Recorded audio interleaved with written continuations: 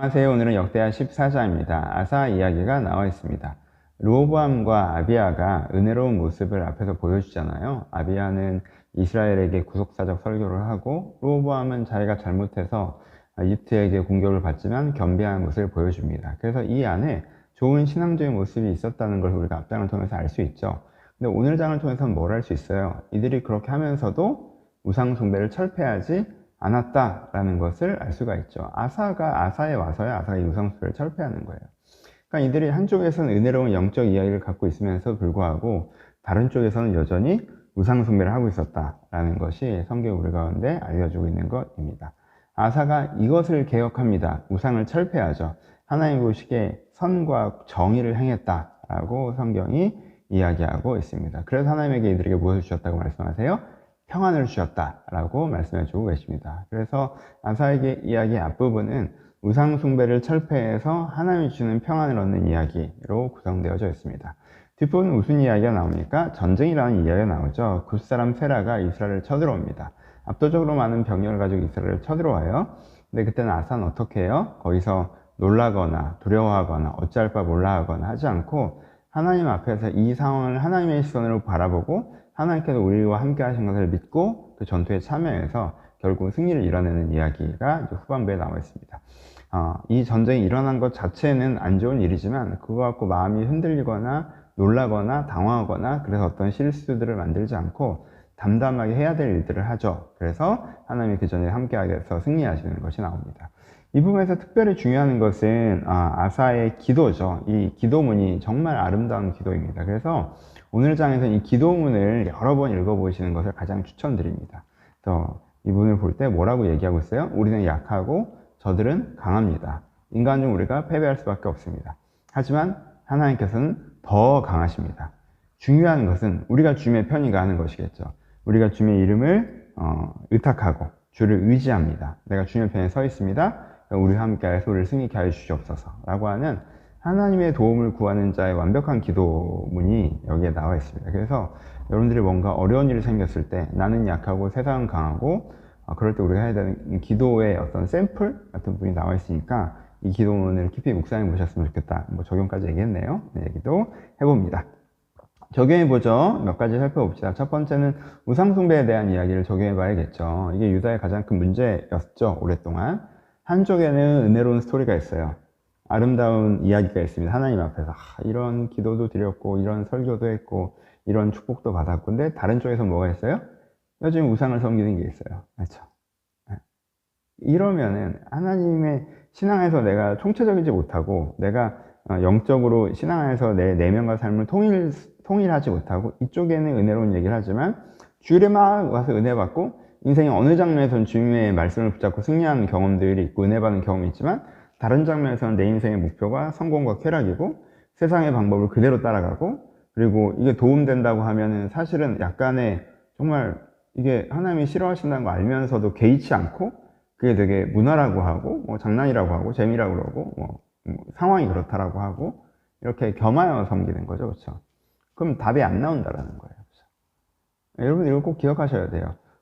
아비야에게 되게 은혜로운 스토리가 있는데 왜 아비야는 온전하지 못했다고 하지? 르호보암이 그래도 겸비하며 영적으로 그 문제를 해결했는데 왜 르호보암의 인생 전체에 대한 평가는 하나님 앞에서 온전치 않았던 사람을 평가받을까? 이 신앙의 전반이 없고 하나님과 세상을 겸하여 섬기는 사람이기 때문에 그러죠. 근데 아사는 이 우상숭배를 철폐하고 삶의 전반이 하나님의 뜻에 따라 살아가는 사람이었기 때문에 그가 선한 왕이었다. 하나님 앞에서 선과 정의를 행했던 사람이라는 평가를 받잖아요. 그렇죠? 그래서 내가 내 신앙 이야기가 삶의 일부에 있느냐, 사회 전반에 있느냐라는 게 너무너무 중요합니다. 이 부분을 묵상해 보셨으면 좋겠습니다. 두 번째 연결해서는 신앙을 통한 평안을 추구하시라 라고 말씀을 드릴 수도 있겠죠. 그것도 설교할 수 있는 부분인데 우리가 우상을 숭배하는 이유가 뭐예요? 뭐 우상을 사랑해서 그 논리에 설득돼서 이러기보다 나한테 도움이 될 것 같아서잖아요. 그렇죠? 사람들이 우상을 섬기는 이유는 굉장히 이기적인 이유 때문이거든요. 세상 방법 따라가는 이유가 뭡니까? 그게 되게 아름다운 가치관 뭐 이런 거보다 사실 그렇게 되면 잘 될 것 같으니까 따라가는 거잖아요. 근데 그렇지 않다고 성경이 얘기하죠. 이 세상 방법대로 살아서 성공하는 길도 있겠죠. 근데 이렇게 하나님과 세상을 겸하여 섬기면 약간 이도저도 안 되는 게 있잖아요, 여러분. 그러니까 이쪽 한쪽으로 하나님께서 인도하시는 방법에도 분명히 평안이 있어요. 우리가 하나님 믿고 하나님 따라가면 뭐 인생 되게 피곤하고 고단해지고 고생시킨 것처럼 이렇게 착각하는데 그렇지 않아요.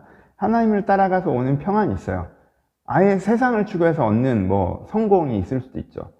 중간이 제일 별로고, 인간적으로는. 그렇죠? 물론 신앙적으로는 저보다는 이 중간이 낫기는 하지만, 그런데 우리가 온전히 주님만 바라볼 때 거기서 오는 평안이 있다는 거 아시고, 여러분들이 더 행복하기 위해서라도 내적 통일성을 가지시는 게 되게 중요하다라는 말씀 드리고요. 세 번째, 어려울 때 우리가 어떻게 반응하는가에 대해서도 오늘 묵상하고 적용해 볼 필요가 있습니다. 여러분, 정답은 너무 쉽고 심플해서 감동이 없을 수 있는데 오답들을 배경에 깔고 정답을 보면요 굉장히 큰 감동이 있습니다.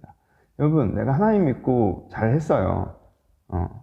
그래서 평안을 주셨다고 생각했어요. 근데 어려운 일이 생겨요.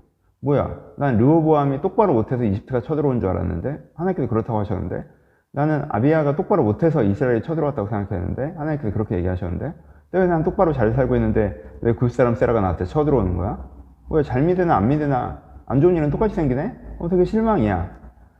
상대방이 너무 세네? 놀라라. 이거 어떡해. 성전에 있는 금붙이라도 다 갖다 서 넙죽 줘라고 제발 살려주세요 해야 되는 거 아닌가? 그렇게 또 왕들도 많잖아요. 아닌가? 하나님 어떻게 나한테 이럴 수 있어요? 나 당장 뭐 어떻게 해요? 그쵸. 어려운 일이 생겼을 때 많은 사람들이 뭐 억울해하고 원망하고 당황하고 체념하고 포기하고 좌절하고 조급해지고 인간적인 방법을 동원하고 세욕적인 방법을 동원하고, 그렇죠? 황금을 갖다 바친다든가 뭐 이렇게 반응하는 그런 오답들과 함께 아사를 생각해 보세요. 얼마나 담백하고 깔끔합니까? 어려운 일이 생겼네. 이럴 때일수록 더 기도해야겠다. 이럴 때일수록 더 말씀 봐야겠다. 이럴 때일수록 더 내가 하나님께 집중해야겠다. 이럴 때일수록 더 하나님을 의지해야지. 하나님의 이름을 의뢰해야지. 이렇게 반응하죠. 이 여러분 단순한 정답을 믿으셨으면 좋겠어요. 여러분, 하나님에 대해서, 신앙에 대해서 약간 회의가 찾아올 수도 있고, 정서적으로, 영적으로 좀 의기소침해질 수도 있고, 영적 권태감이 찾아올 수도 있죠. 근데 여러분, 좋을 때 하세요. 좋을 때. 어려울 때는요, 그런 거 할 여유 없어요. 어려울 때는 딱 던지고, 지금은 그거 할 때가 아니네. 지금 어렵네. 그러면은 하나님이 살아계신 걸 믿잖아요. 여러분이 하나님의 자녀인 거 믿고, 하나님께서 거기서 여러분을 도우실 수 있는 분인 거 믿잖아요. 그러니까 디테일에 뭐 어쩌고 저쩌고 하지 마시고, 어려울 때는 오히려 심플하게 하나님을 의지하고, 내 안에 죄악을 회개하고, 내가 주님 앞에 편에 서 있는 사람이 자기를 검토하고, 하나님 편에 서고자 결단하고, 주님 붙잡고 주님께서 인도하시는 대로 나아가서 싸우고, 이런 것들이 우리한테 필요하다라는 거. 그래서 어려울 때 복잡하게 반응하지 마시고, 어려울 때는 더욱더 하나님을 의지하는 그 단순한 정답에 머물러야 된다는 것들을 하시고요. 앞에 얘기해서 이 장에서 가장 얘기하고 싶은 건 그 기도문입니다. 마음에 꼭 기억해 주셨으면 좋겠습니다. 한 가지만 더 얘기하고 마무리를 하면, 여러분, 이게 역대기잖아요. 역대기는 역대기 시대 유다인들에게 전하는 말씀이라고 했잖아요. 그러니까 이걸 쭉 이제 후반부를 읽어보시면, 그 사람들에게 이게 되게 좋은 영적 양육이었겠구나 라는 생각이 들지 않으세요? 그 사람들 안에 이런 생각들이 있었죠. 저 이방인들은 하나님을 알지 못하는 사람들이고, 우리는 나름대로 우리는 하나님의 백성인 유다이고, 우리가 나름 여기 성전 건축하고 성을 세우고 여기서 신앙생활을 좀 해보려고 하고 하는데, 왜 우리에게 이렇게 우리 왜 잘 안 되지? 이런 의구심이나 실망감이 역대기 시대 유대인들에게 깔려있는 배경정서라고 말씀을 드렸잖아요. 근데 이런 장을 읽어가면서 그들이 뭘 느끼겠어요? 내가 정말 전반적으로 신앙생활을 잘하고 있나? 내 기준점을 믿지 않는 자들에게 두고, 그래도 내가 신앙생활을 하잖아. 그러면 하나님 나랑 이렇게 하고 있는 거 아닌가? 내가 하나님 앞에서 아사처럼 좀 순전하게 해야지. 내가 아비야나 르호보암처럼 어정쩡해 하고 있는 거 아닌가? 라는 생각을 할 수가 있겠죠. 그렇죠? 아비야나 르호보암처럼 내 신앙이 옛날에 신앙생활을 잘했던 걸로 내 정체성을 삼고, 한두 번 은혜롭고 붙잡고 이렇게 그거 갖고 내가 되게 그런 다른 사람처럼 내 전반은 세속적으로 살면서, 그러면서 하나님 왜 나 안 도와줘? 이러고 있는 건 아닌가? 라는 부분들을 좀 되돌아볼 수 있겠죠. 그래서 이 부분을 통해서 이렇게 하나님 앞에서 내가 어떻게 해나가야 되는지 구체적으로 배우는 기회가 됐을 것입니다.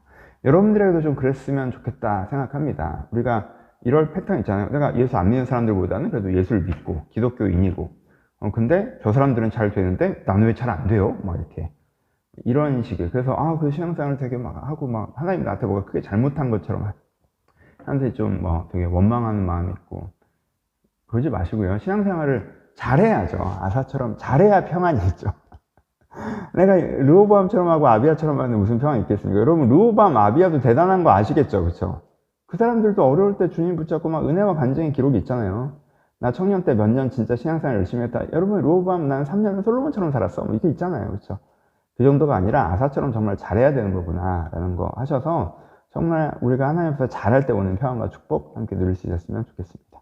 감사합니다.